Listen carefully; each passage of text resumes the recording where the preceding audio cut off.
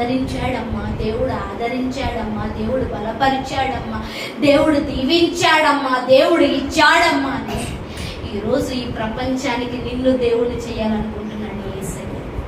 ఈ ప్రపంచానికి నిన్ను ఆదరణకర్తం చేయాలనుకుంటున్నాడు. ఈ ప్రపంచానికి నిన్ను బలపరిచేవాడిగా చేయాలంటే నీలోంచి ప్రత్యక్షం అవ్వాలని ఆశపడుతున్నాడు. ఆయన కృపకు మహిమకు కీర్తి కలిగితే నీకు కీర్తి కలుగుతుంది, నీకు మహిమ వస్తుంది.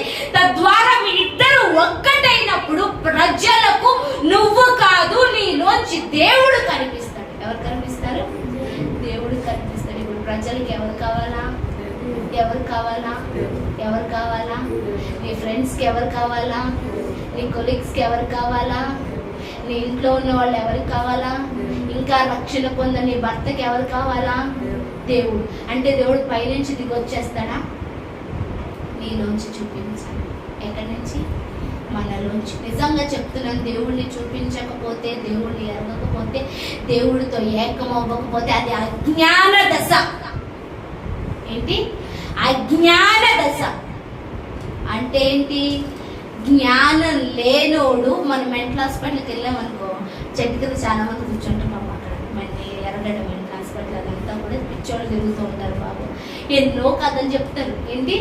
ఎన్నో కథలు చెప్తారు. నేను బండి నడుపుతానంటాడు, అక్కడ బండి లేకుండానే. ఏంటి? నేను కారు నడుపుతున్నాను ఎక్కువ అంటాడు, కారు లేకుండానే. ఏంటి? అజ్ఞానం. తలకాయ బుర్ర పని చేయట్లేదు, బుర్ర పని చేయట్లేదు.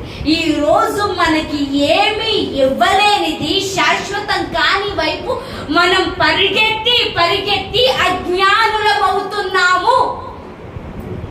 అజ్ఞానం. నీ పని కోసం, నీ ఉద్యోగం కోసం, లేకపోతే నువ్వు ఫినిష్ చేయాల్సిన